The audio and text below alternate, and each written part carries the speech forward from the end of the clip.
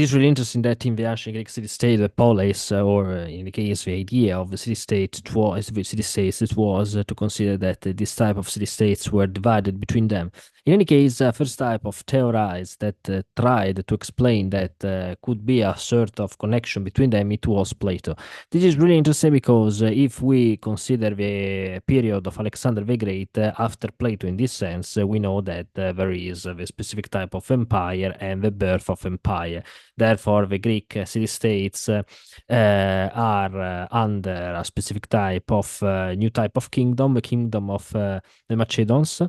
And on the other hand, in the first time with Philip, in the second time with Alexander the Great, the Greek city-states became a sort of part of the empire of Alexander the Great. They maintained the sort of independence, but at the same time, the new hegemony is the hegemony of Alexander the Great or the Macedons.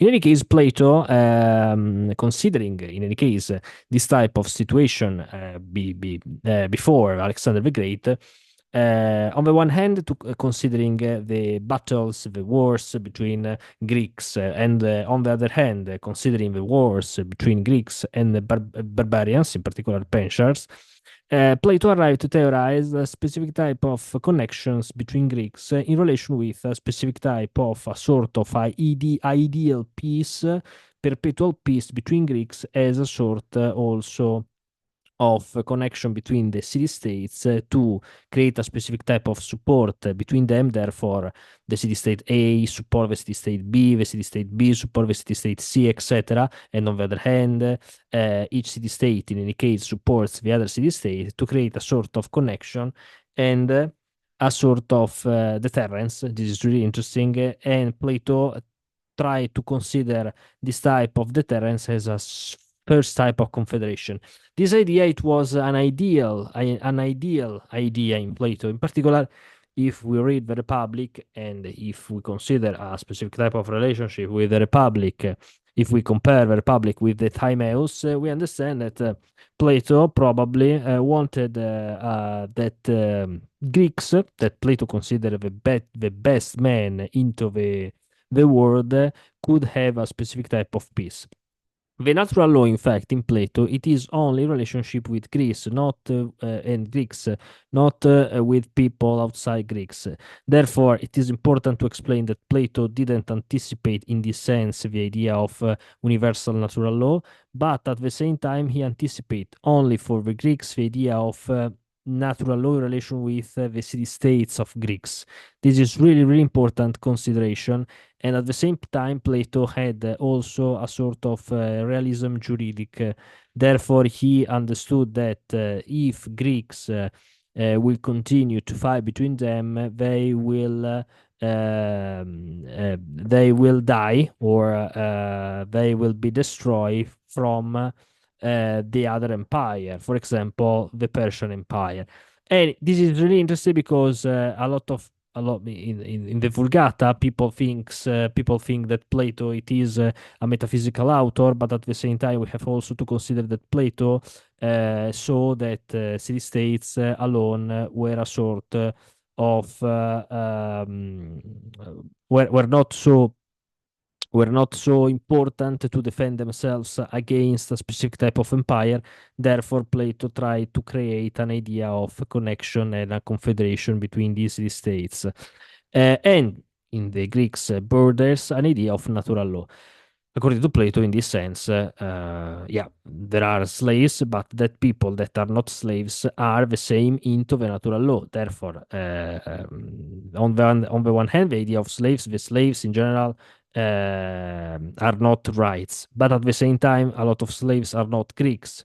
And in any case, according to Plato, the free citizens had to consider their freedom in relation with the freedom of the other city states, therefore creating a specific type of path, a specific type of deal to fight, but to prepare themselves against the barbarians. A sort of specific type of theorization, practical theorization that happened during the Second Persian War in the 418 BC.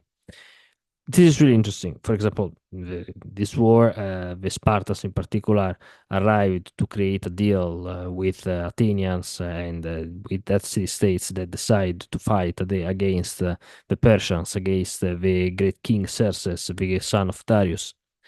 Uh, in any case, this is interesting because uh, if we consider the practical history, what happened in history, it was important to explain that the idea of Plato is an ideal idea, but at the same time, there is some practical fact that happened in the period of Plato and also in the period of Aristotle. On the one hand, there is the idea of the academic of Plato that arrived to explain his idea of objective morality and metaphysical ideas. But at the same time, for example, there were some two friends of Plato that arrived in this kingdom in Anatolia, in the actual Turkey, that it was part after the Corinth War at the beginning of the 4th century BC. After the Corinth War, it was a war between Greeks. Motivated by a sort of the interests of Persians, and this war it happened after the Peloponnesian War, and two friends of Plato arrived into these territories, lands in Turkey, and arrived to find the king of this little kingdom, and arrived to influence to him this man, the king of kingdom in Anatolia, of the king of this little kingdom in Anatolia. This man, Hermia, it was his name, and the two Platonics that studied in the Academy of Plato influenced with the philosophy of Plato, with their philosophy, the Platonic philosophy, this man. And this man arrived to create a sort of conciliation between politics and philosophy. And it's not a case that Aristotle, when understood that this man it was influenced by other Platonics, and also Aristotle, in fact, studied in the Platonic Academia, went to this kingdom. In particular, he married the nephew of this Hermia. And it's not a case that this Hermia, in any case, it was a supporter of the father of Alexander the Great, Philip II. And at the same time, when it was the sort of uh, opposition between Persians and Macedons, particular Persians and Philip II, because Hermia it was supporter of Philip II. It was killed by the Persians, but Philip II knew that Hermia, this king of this kingdom, supported him, and therefore it's not the case that Philip II, the father of Alexander the Great, asked to Aristotle to go to Pella, to become to become the the tutor, the that philosopher who had to teach to Alexander the Great, to Alexander, and then this boy arrived to be Alexander the Great.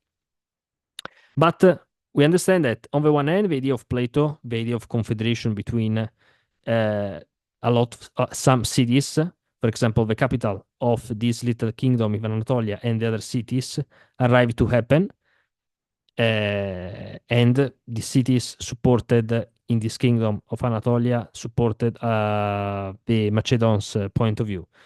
On the other hand, there is the idea that in any case there is a sort of realism because in this period, in any case, this little kingdom in Macedonia arrived to oppose itself against the Persians. This is another topic really interesting to explain. Yeah, it is true that then arrived the Macedonians, and conquered also new territories and became the new hegemony.